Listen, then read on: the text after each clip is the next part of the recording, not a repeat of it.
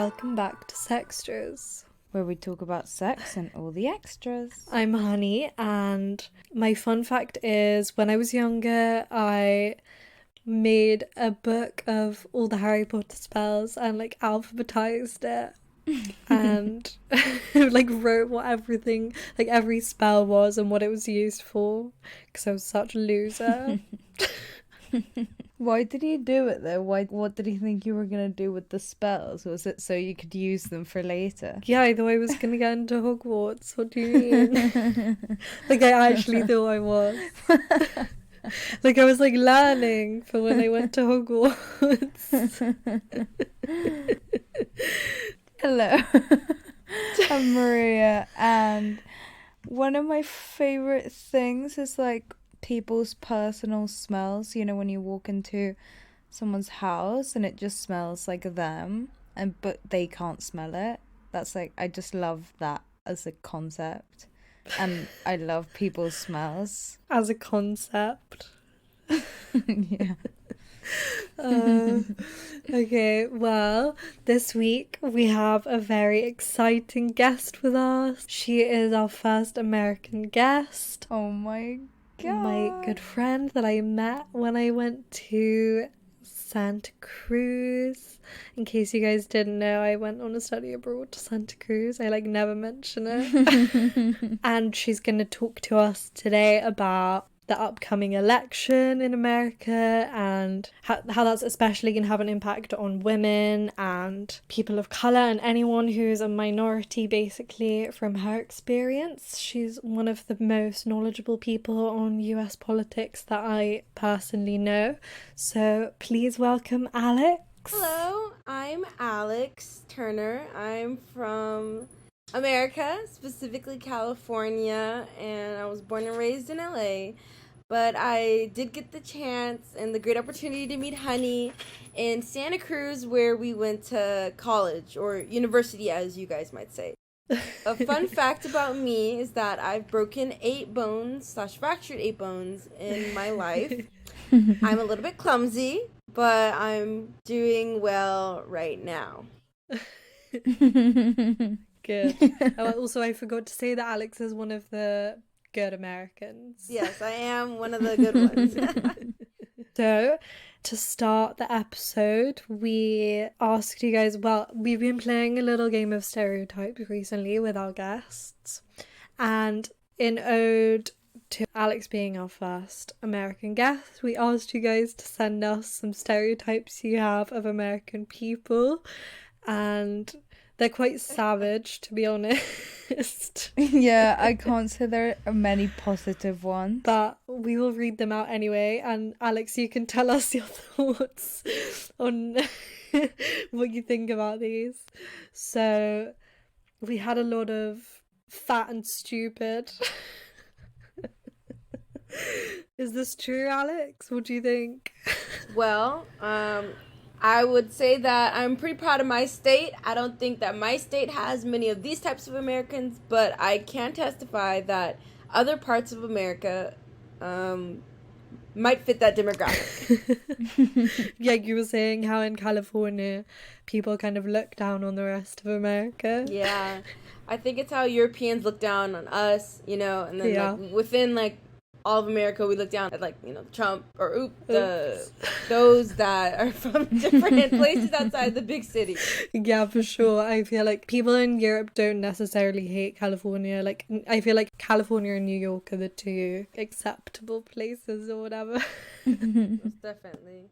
Another stereotype? We had quite a few of they're annoying or obnoxious or jarring. Yeah, I mean, from someone who, like, actually did live in America for a bit, like, not that many people are annoying. There are a few annoying people, but I feel like the majority of people are annoying. I feel like what English people think is annoying is like American accent. Yeah. So then they kind of can't look past that.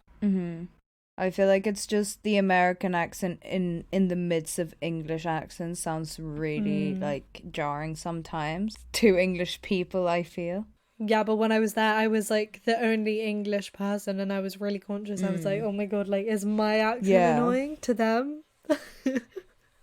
But Alex, do you like ever meet any people from like other states say you think their accent is super annoying. Yes, I definitely think that in some states it's actually hard to understand people.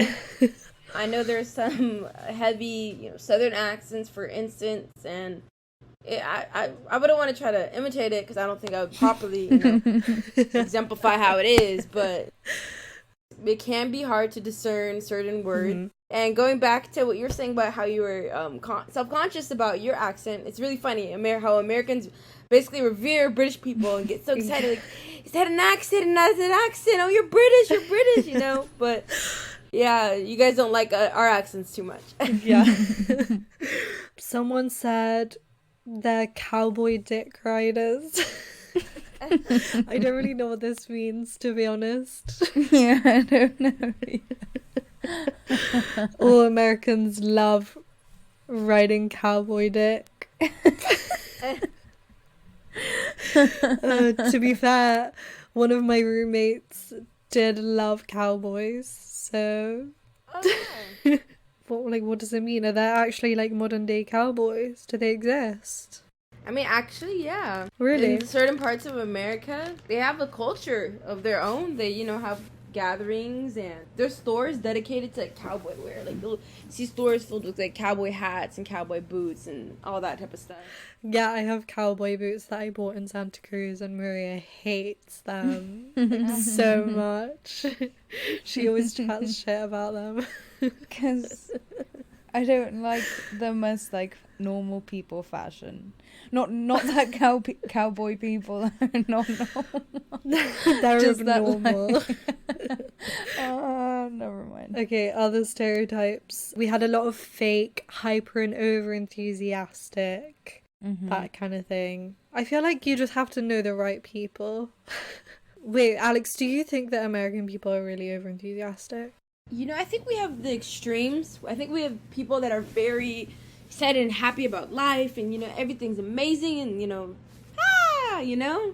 and then you have those that just I don't know, kind of seem to hate life, like hate just like everything about it. So I think you definitely have the extremes, but I have seen over enthusiastic people. I can be over enthusiastic myself, to be honest. When I came to America, I was like really expecting to get annoyed by how over enthusiastic everyone was, and like in the first couple of days I was kind of like, I mean, this is just a lot of energy for me, like I don't understand how everyone's this happy. But then like after a few days I was like, yeah, I love life, like I'm gonna take on this enthusiasm. People said racist. I mean, yeah. Alex, thoughts? Yes, and yes. I definitely think those are characteristics that fit the American dream. I guess people in the UK do have a kind of accurate perception of how, some Americans are and what America is like. Yeah. Do you think it's like still prominent in California? I definitely think that outside of the major cities, people don't realize this because, I feel like nobody's really coming to California to go not to LA or SF or something of that nature. But in the middle of the state, there are people who hold like racist views, aren't, the healthiest, even though I would say that California is definitely a health conscious state and a state that tries to be racially aware. Yeah. Obviously, recent events and like even in the 90s and stuff, riots in LA, obviously there have been riots against racism in LA. So another stereotype, people said Christian. Yeah. I mean, it's kind of crazy how Christianity even plays a part in politics in America in a way that I don't think we see in the UK. Yeah, definitely. I feel like it's so weird that that's allowed. Have you watched The Family on Netflix? Yes, I have. Like how they talk about the 10 Commandments and how they were putting up the 10 Commandments statues outside all of these like state buildings. Like that was crazy to me. That was something that would never happen here. Religion definitely influences our politics to this day, and it can be seen in the the news right now. You can see decisions being made in the name of religion. Yeah. Okay, should we move on to the next stereotypes? Yeah. We also asked people like stereotypes about Republicans specifically. Racist, privileged white men with no morals. Racist. Bullies, and that they love guns. Oh, yeah. Well, yeah, we're gonna get into like this more later, but I feel like we can't really argue with any of those things, to be honest. But it's definitely like white women as well. And then we also asked stereotypes about Democrats, and people said they're usually nice, but deep down they're a bit classist. Alex, what do you think about that? I've actually had that thought in my head to where I see people who hold very liberal views and identify as Democrats. However, when you get down to their arguments, and especially this came out, when people discuss the Democratic primaries, there's a lot of like elitist and like classist type of arguments and explanations for why things are. So I can definitely see how somebody could pick up on that. Mm-hmm. Yeah, someone said hippies. I mean, it's a stereotype. I feel like Yeah. it's what like really conservative people would say, like, oh, they're just hippies. Oh yeah, true. And people said crybabies. I mean, yeah, it's like why are people always crying about human rights? Like, grow up. Imagine caring about human rights. Like, what a baby. Yeah, and then the last one was snowflakes. So, I mean, there's definitely older Democrats too. It's not just our generation. So I don't think that's that applicable, But I don't know. Alex, what do you think? Well, I can see how people try to say, oh, you're being sensitive and so forth, but, not to go there, but if I walked across the aisle and looked at Republican parties, I see grown men crying that women want to have birth control or something of that nature. So I don't know who the real snowflakes are. Yeah, the real crybabies. Oh my god. Well, on that note, do you have any like positive things you want to say about America before we really deep dive into deconstructing the election and that kind of thing? Well, if I'm going to go into the positives, not to contrast it based on the negatives, but I think even though you have, a lot of, bad things socially and so forth here, I think that it's good that we have a strong resistance against this. We have a strong resistance against Trump's policies, against racism and sexism, and there's a spirit to fight these things that are going on. And even though we do have our bad, I feel like there are lots of people in here that have a lot of good in them and make America worth saving. Yeah, that's good. That's very nice to hear. I feel like in the UK especially, obviously we kind of only hear the bad things, so especially at the moment. It's good to know that you have a positive outlook on the way things are going.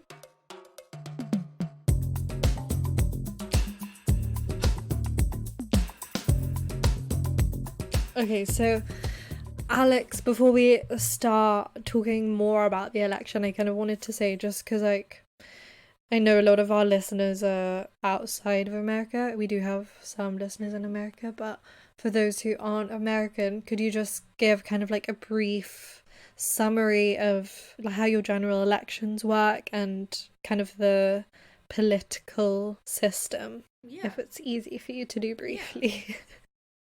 For sure.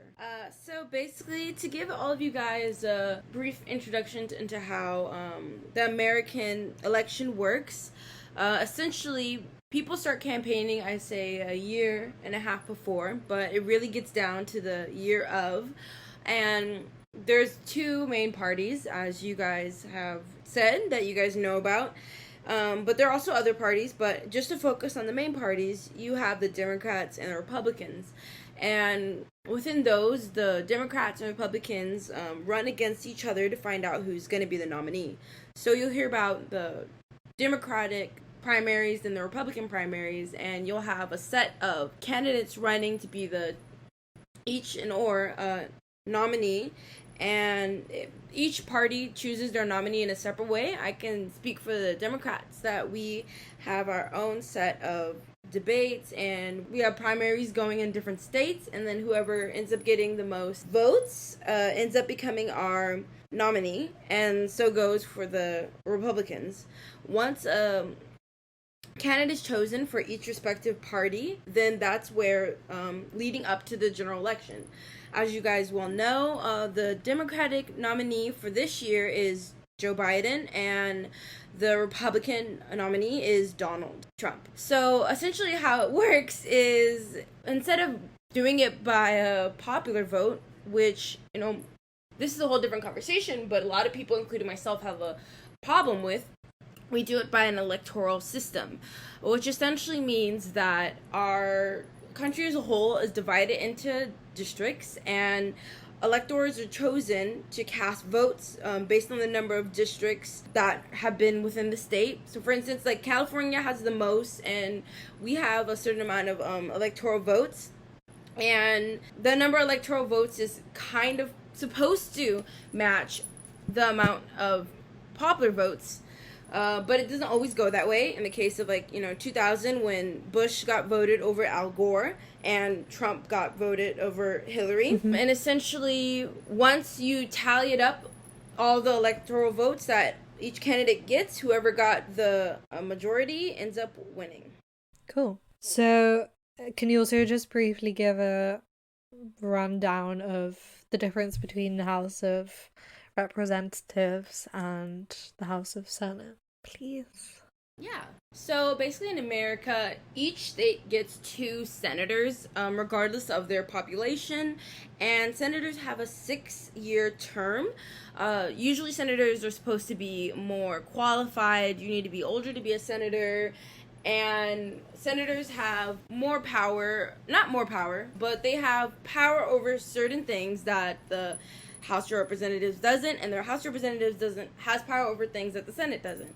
The House of Representatives is a position that is supposed to be more classified for those entering into politics, I would say. The House of Representatives, you'll get a 4-year term, and this is based off of population size. So, for instance, California with a high population will have a lot more congressional representatives than a state such as Wyoming. Yeah, we kind of have a similar system in that we have 2 houses. We have the House of Commons and the House of Lords, but I think it's quite different. So, yeah, thank you for clarifying that.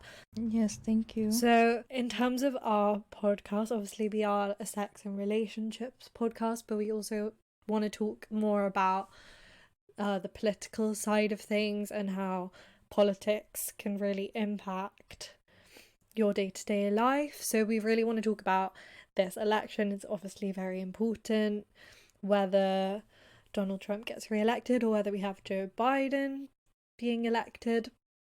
So what are the main things that you would say are concerns for minorities in the US going into this election?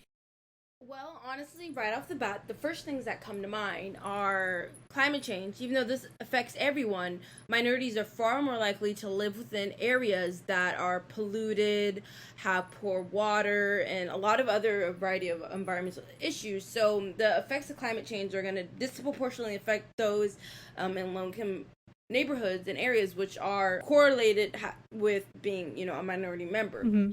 Another thing that will come up is healthcare. That's a very big thing. Healthcare, as you guys may or may not know, is pretty expensive in America. And again, if you are a low-income person, often a minority, you will not be able to afford it. And then going deeper, besides the economics of it, minorities face a lot of healthcare discrimination, and there's a lot to unpack within that statement. And lastly, I would feel like a concern of minorities right now is the justice system, which, as you guys may or may not know, we have a huge issue with mass incarceration and just a justice system that essentially brutalizes and terrorizes minority groups on many different levels. 100%. Yeah, definitely. And I feel like that's something, mass incarceration is something that we hear a lot about in America, but actually unpacking what that means in terms of how the election affects that, and how the election even affects other things that maybe you wouldn't really necessarily consider because they're not a huge part of the presidential campaign, is really important. And that's kind of something that we wanted to bring to light. I mean, even if you don't live in America, the politics in America is still going to have an impact on your life if there are people that are being discriminated against, and there's prejudices that exist in America. They also exist in other parts of the world. It's not just an isolated issue. So I think in trying to understand America's political system and makeup and the effects of it will also help you understand your own politics and your own views. So what about the way in which women are going to be affected by this election? Because obviously we know about abortion rights and all of that kind of thing, but could you go into a bit more detail in terms of that? Yes, most definitely. So what's interesting is that the women's rights, I feel like, are being kind of hit by both the executive branch and the judicial branch at this point. You know, I'm not sure if you guys are aware, but we essentially have three branches in America: legislative, executive, and judicial. And the judicial is made up of a lot of, different things, but the top of it is the Supreme Court.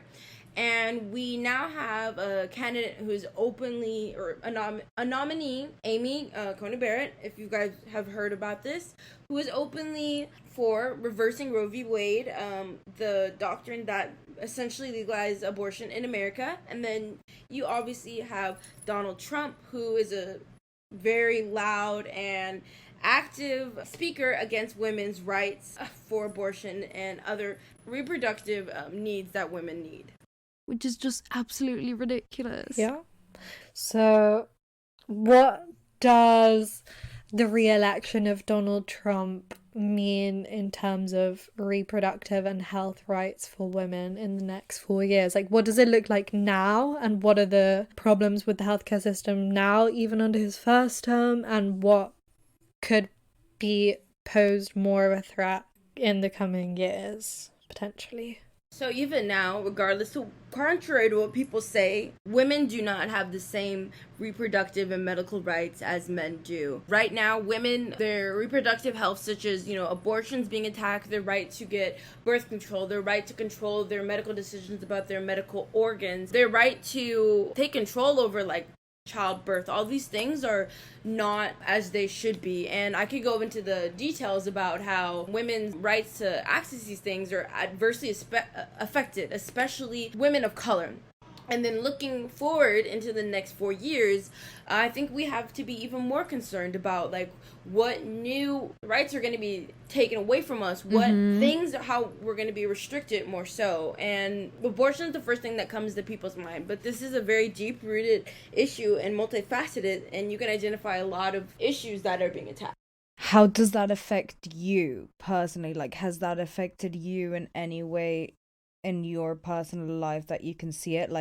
How is the fear of your reproductive rights being taken away from you potentially it's already going in that direction? And how does that feel, that fear to live? Or if you experience any fear at all, or how does it feel for you personally? To speak into my identity as a Black woman, my right to give birth safely and to get the best medical treatment is not so good right now. Black women in America are 4 times more likely to die in childbirth than white women because of a systematic racial system that doesn't give minority women the proper medical treatment they need and the access to proper reproductive care. So for me personally, I have to worry about in the future that if I want to have a child, if I want to give birth, I am risking my life at a high rate.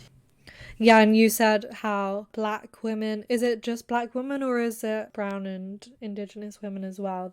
Specifically, Black women are 4 times more likely to die in childbirth, but Hispanic and Indigenous women also face their own set of adversities in child labor as well.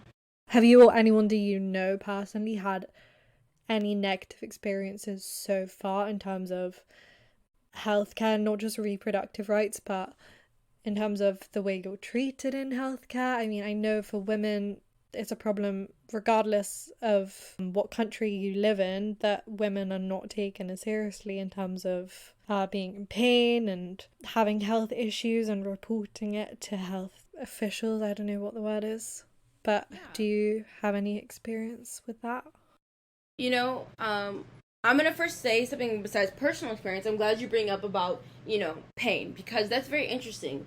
In America, we have a long history of using black women as guinea pigs, because black women, up until the 90s, were thought and taught in medical school that black women didn't feel pain at the same levels as other women did. So the field of OBGYNs started off of using different tools and conducting different experiments on black women and taking black babies out of black women's stomachs because of this belief that black women didn't feel pain. And even though this idea ended in the 90s, or this teaching ended in the 90s formally, it still continued into medicine today in the way that black women, and I'm sure other women of color, are treated in medicine. And this goes beyond, childbirth as well. If there's other, medical things going on, a lot of other sexual medical things going on, these problems will likely be ignored as well, or not treated with the amount of respect and attention they need. Yeah, for sure. And you were saying how even now, and I've read a bit about this as well, in the immigrant detention centers on the border, they're sterilizing women there at the moment, and there is a massive history of sterilization of women of color in America, but the fact that it is still happening today under a president who is actively anti-immigrant just shows what more can be threatened in future. And it's, ridiculous that it's even happening now, but who can even say what could happen further if he were to get reelected? Exactly. And there's a lot of things people don't even realize. The sterilization, it barely comes to light, and it's in the news cycle for 1 week and then it's gone. It's interesting you bring up the history of sterilization. This is a little bit different, but this is a fact, again, that I feel like people aren't aware of. Mm-hmm. There's such a thing called a husband stitch, or a term. And basically, this was very popular in America up until the 21st century, and it still happens, but not as much. So basically, the husband stitch is when a lot of women, when they gave birth, obviously they're drugged up and not completely in control and at their best, and a doctor would not go up to her and ask her for her own medical permission. The doctor would go up to the husband and say, do you want me to put a couple extra stitches in there to make it more pleasurable for sex, to make sure you still like it down there, and a lot of women would face medical issues and go back not knowing what happened to them. They're wondering why, what's going on, I didn't consent to any of this. Well, again, just another example of how a lot of this stuff is kept in the dark, and a lot of medical decisions are being made for women without their permission or their consent, and it's causing, obviously not only emotional and mental repercussions, but physical ones as well. It's just ridiculous. Yeah. I just don't get how, in cases like this, stitching up a woman's vagina just for the pleasure of a man without her consent is not seen as a complete disregard for human life. And yet the whole argument of pro-life is that people that are pro-choice have no regard for human life or whatever, because they want to kill a baby. But even in that case, pro-choice is choosing your life. What about the woman's life? Do you know what I mean? I don't get it. Yeah, no, I get what you're saying. I feel the way that people talk about regard for human life, that only becomes an issue when we're talking about women's bodies. You never hear that in regard to men's bodies. There's no laws in America that I know of, if there are, please someone correct me, that tell a man what he can do with his body, apart from laws to do with sexual harassment and rape, which are not very heavily enforced anyway. But this whole issue of human life is brought to light as a kind of means of distracting from talking about women's bodies and treating women as humans in their own right. They are treated very much as a means of accessing a way of reproducing the population, which in turn replenishes the workforce and more people that the government gets to have a say in their life. You know, all of that just reinforces their political aims rather than focusing on love and respect for women and women's bodies. And I think that's a massive issue. Yeah, for sure. In America.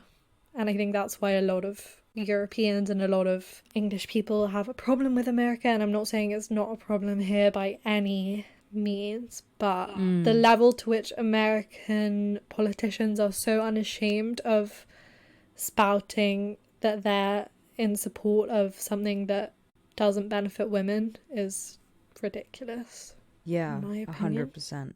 Yeah, I completely agree. But Alex, I wanted to ask you kind of what the feeling is in America at the moment. Do you think it's hopeful for what will happen in the election, or? You know, I was actually having this conversation with my boyfriend, and we were essentially discussing that these issues aren't new. Sexism, racism, all these different things that are that are under the spotlight heavily right now, they're definitely not new. They've been here since the beginning of our history, and I wouldn't necessarily say it's completely improved. I just think it's taken a different form. However, that being said, I think it's very important that all this is being put under a spotlight. Everyone is discussing this. Everyone's like bringing up things that we didn't know about. I think that this is important process in order for us to move forward. Mm-hmm. We can't fix what we don't know. And so I think that it's important for us to just keep on calling out like what is wrong and what is right, and keep on putting out those important facts, keep on telling women's stories that are being hushed and like pushed aside, you know, and that's the only way that we're going to be able to say like, this is wrong. Yeah. We need to come up with a solution. We need to do something about this. Mm-hmm. Yeah. And I think it's so easy, especially leading up to the election, for there to be a massive focus. And also, especially considering the situation with the pandemic, on how we're going to improve the economy, how we're going to rebuild the economy in the UK and in America. And I think it's so important to be having these personal stories, and that's kind of why we wanted to talk to you about it and kind of see both hear what you have to say about it because you're so passionate, but also kind of hear like your own personal stories, so that we're reminded that when we're voting, it's not just about you. It's not just about your own beliefs. It's about all these individuals that are affected every single day by the things that we vote for and the things that are implemented by the people that we vote for. So yeah, do you have any other kind of personal experiences that you really want to, or just any anecdotes that you've heard of that you think would help people understand more how this election is going to impact minorities and women? Well, again, you know, I definitely think there's so many different ways that I think women as a whole are being affected, that I think that specifically, you know, affects me. But I guess, like, if I were to share, like, a personal story about me, something that didn't necessarily happen to me, but more so like what I'm at risk for in America. I mean, goes beyond America, actually. Women, you know, we take birth control, you know, which that's like an issue within itself, like accessing it. But a lot of times they don't disclose the dangers of taking, you know, birth control. I myself, as a woman on birth control, was unaware, actually, that when I first started taking it, that in America 400 women die due to birth control complications, and so many more actually end up in the hospital over complications of this. And this just goes to show that, like, there's like an issue again with like not prioritizing women's health and putting the health of a man before a woman. And again, there's been male birth control created, but they weren't willing to really put into market because of the same side effects that women experience. So I guess for me personally, this just goes to show that another way that my health is not being taken as seriously as a man's health. Yeah, it's fucked up. Yeah, definitely. And another example that I've heard in terms of issues to do with reproduction is that in southern states especially, there have been examples where women have been pregnant and then they become ill and they go into a coma or they're on life support, but they're pregnant. And I listened to a podcast, I'll try and put it in the description, about how one woman was on life support living in her family home for 3 months. But she's pregnant and the state refuses to allow the family to take her off life support because they claim that her child is their state's property. So if they're to take the woman off life support, then that is basically illegal. And this family have this woman, she's been on life support for 3 months, but she's basically rotting in their family home and her skin is like hardening. Oh my god, that's day horrible. by day. But they have to wait 3 months for it to even get discussed in court for them to make the decision for their own daughter to take her off life support when she is not living life at all. And that's just the fact that like they're putting the value on the unborn child again over women. Like there's all these instances, innumerable instances that we can name. We could literally list them forever. And I think I want to really focus on personal, like individual stories because, yeah, like I said before, it's so easy to kind of just talk about the system as a whole, and we hear all these terms like sexism and the patriarchy, but actually unpacking what those mean in terms of individual lives in this country that is supposedly a free country for everyone is so important. One thing, when I was listening to what you were saying, and one thing that I just remembered is that the current nominee for the Supreme Court has considered making miscarriages, a woman should be investigated for having a miscarriage, essentially saying that if she has a miscarriage, this could be possible grounds to show that she did it intentionally and she should be criminally charged. So that's literally completely insane. Yeah. Another thing I feel like you should be, scared about, not only is this a very traumatizing and, a sad thing somebody needs to go to, but imagine being, criminally charged for, having something like this, happen to you. So, yeah, it's very worrisome. I think that there's a lot of things on the table for the upcoming election. A lot of things that people, again, don't talk about. The main focus is always abortion, which is very important. But again, this issue is, multifaceted, and there are many levels to what's going on. Yeah. Well, if you don't mind, I want to quickly ask you about your thoughts on Joe Biden, because obviously I know a lot of people are saying there's this trend on Instagram saying settle for Biden, blah, blah, blah. We want to just kind of flag in this episode that we know Joe Biden isn't the ideal candidate for president, but if we can kind of just highlight some of the things that he does stand for, and maybe that will be helpful in helping people understand why it's so important to vote for Biden, because a vote for Biden isn't necessarily a vote for Biden, it's a vote against Trump. So do you have anything to say about that?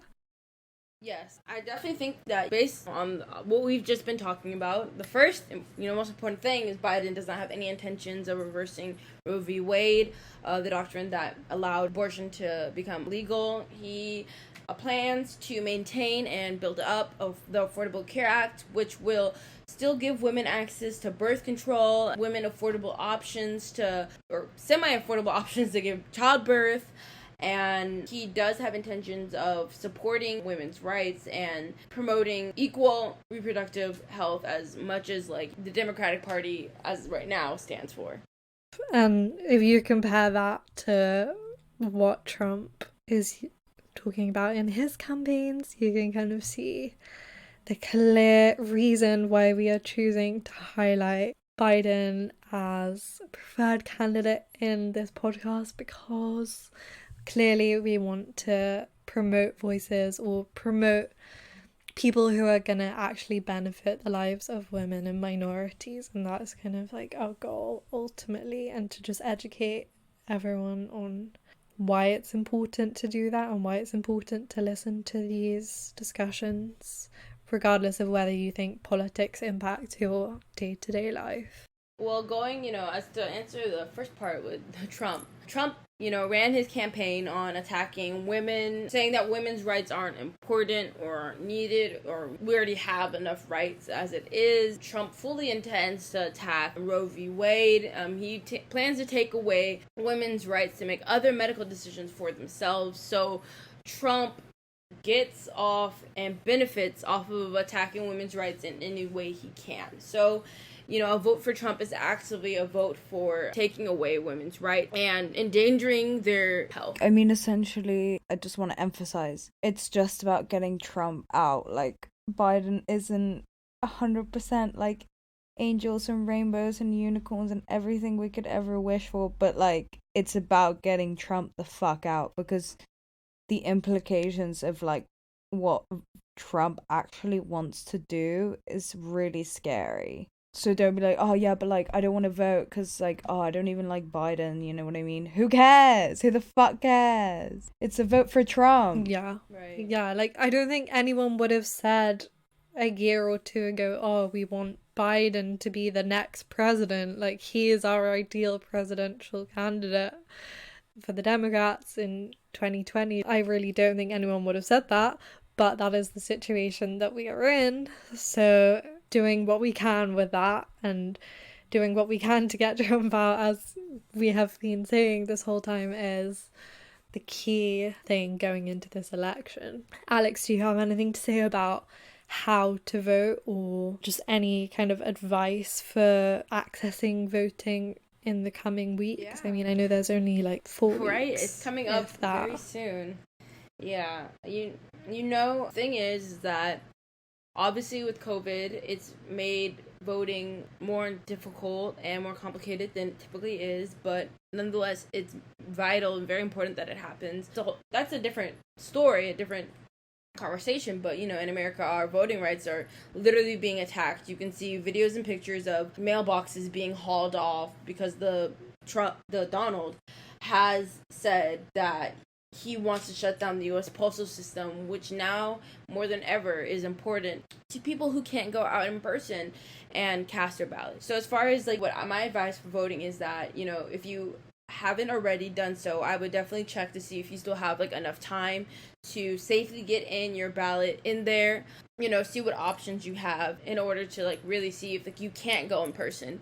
But if there's enough time to mail in your ballot and you think that you are healthy enough, or you feel like safe enough and precautious enough to go out and vote in person, go do it. This is very, very, very important. This election, a lot is at stake for so many different people, for our climate, the world. There's a lot at stake. And to get more specific about the mail-in ballots, you have to double check and make sure that everything on there is right, because it actually has been documented that people of color's ballots have been set in at like 3 times the higher rates for inconsistencies, quote unquote, than their white counterparts. So again, just make sure that your ballot, they can't dock you on anything, because if they send it back and there's only a week left, it'll be very difficult to get your vote in. Yeah, for sure. Okay, well, is there anything else that you kind of want to highlight in terms of anything to do with women's rights or minority rights that you think is relevant to our podcast, even if it's not to do with the election? Like, anything else that you're really passionate about raising awareness about that we haven't mentioned? Yeah, we briefly touched upon this, but to go deeper, the healthcare system as a whole, just besides like reproduction, has been compared to, for women of color as for men of color, like what the justice system is like what the medical system is to women of color on many different forefronts, rather it be the exuberant expenses of healthcare to the actual like blatant discrimination. The healthcare system adversely affects women and people of color, and if somebody isn't healthy, they can't be active citizens. They can't live freely. They can't live happily. So healthcare is extremely, extremely important. And, I don't know if you guys in the UK know how expensive healthcare is over here, but I remember seeing a video, and it was an American reporter who went over to the UK, and he wanted to prove the point of how expensive American healthcare was. So he went over and he questioned UK citizens, and he asked them how expensive you guys thought that childbirth was in America. Mm-hmm. And you gave answers like, 140 euros, 200 euros, maybe, 400 euros on the high side. And he came back with the fact that childbirth in America is like close to $8,000 to $10,000. Yeah, that's ridiculous. Which I think is absurd, and just completely crazy, Yes. So that's just like one thing you guys in the UK might not know, but don't get sick over here, because unless you got money, it's not too pretty. Yeah, but by the wise words of Donald Trump, we don't have to worry about COVID because everyone has access to as good healthcare as he does. Right. Even though he actively tries to ensure that not everyone has access to as good healthcare as he does. Right.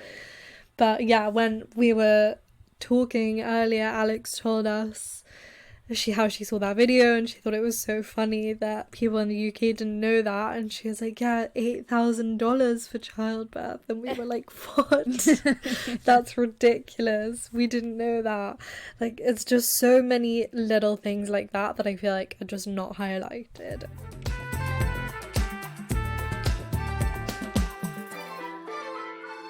I asked a poll on the Instagram account @Sexist Podcast, if you want to go give us a follow and check out our stories and stuff, asking whether you would date someone who had different political views than you. As far as I'm gonna answer, I feel like people will try to box in politics as something that's separate from who we are, but our politics, I believe, define us.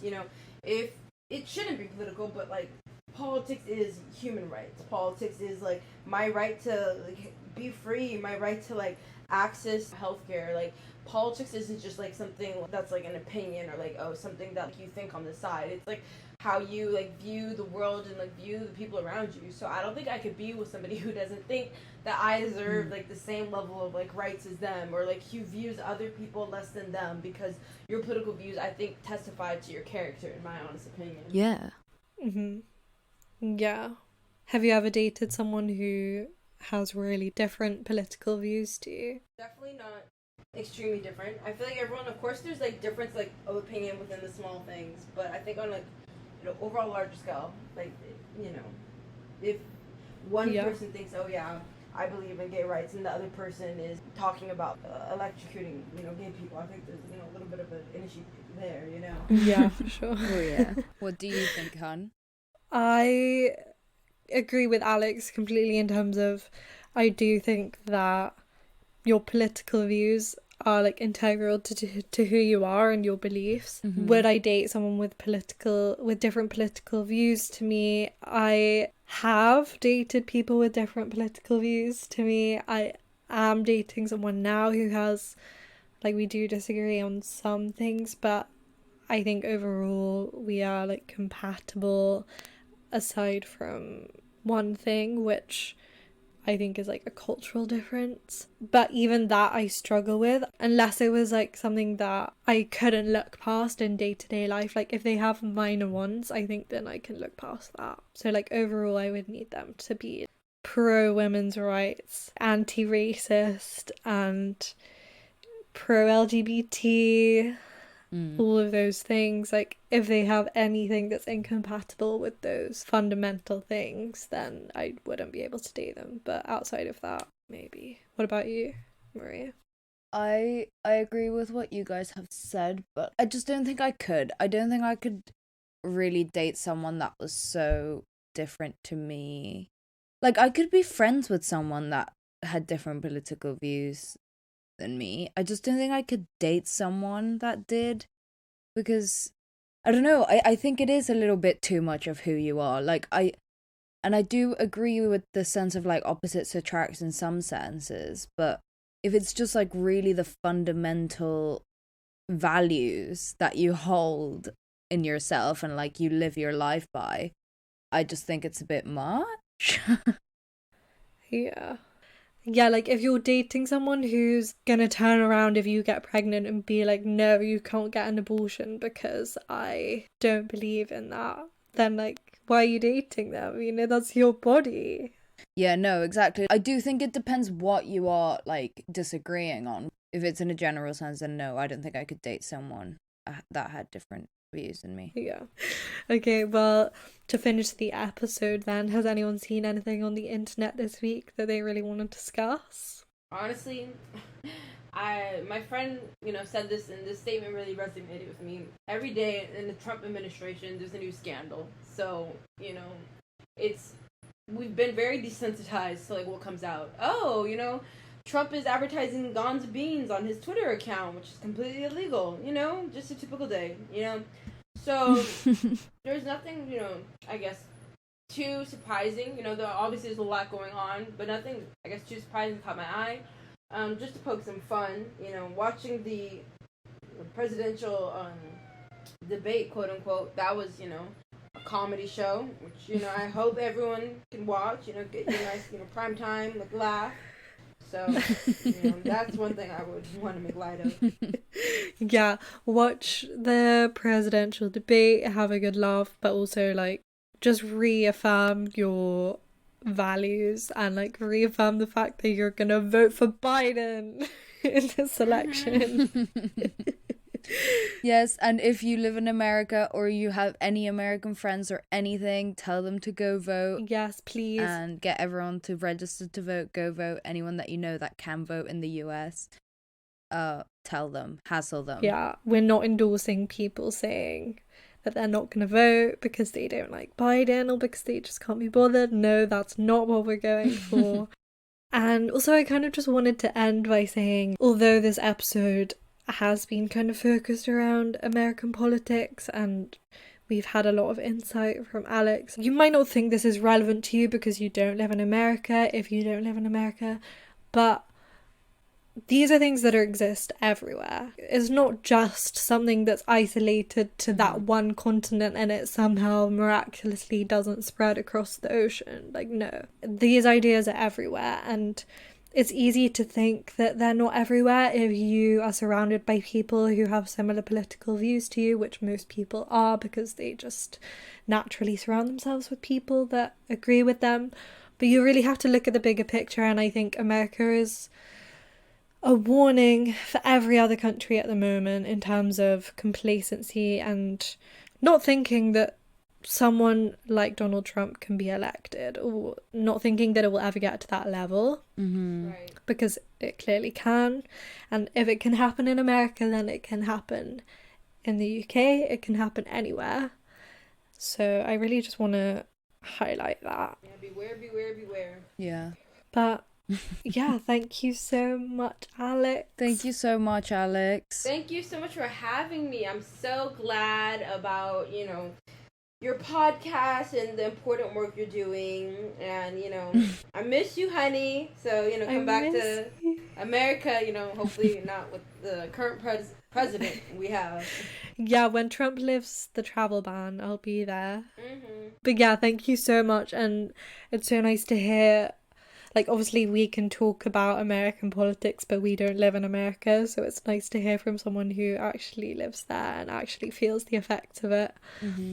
And yeah, thank you for just being so passionate about it and just spreading your knowledge with us. Thank you so much. Do you want to plug your social media at all? Okay, yeah. If you guys want to, see who Alex Turner is, you can go to al.williams.turner on Instagram. And I would love to connect and answer any questions you might have. Yes, thank you. Thank you. And as always, you can follow us at Sextras Podcast on Instagram and email us at sextraspodcast@gmail.com with any comments, any suggestions, any thoughts about the episodes. Follow our Facebook page. Please write a review on Apple Podcasts or Podchaser. And just let all your friends know about the podcast. Yes. And all those lovely things. And of course, subscribe and follow us. Yeah, and if you want to spread the word about Sextras and you don't know how to, we post on Instagram. You can share any of our posts to get the word out there. We would very much appreciate it. But yeah, thank you for listening, and we will see you next Tuesday. Bye.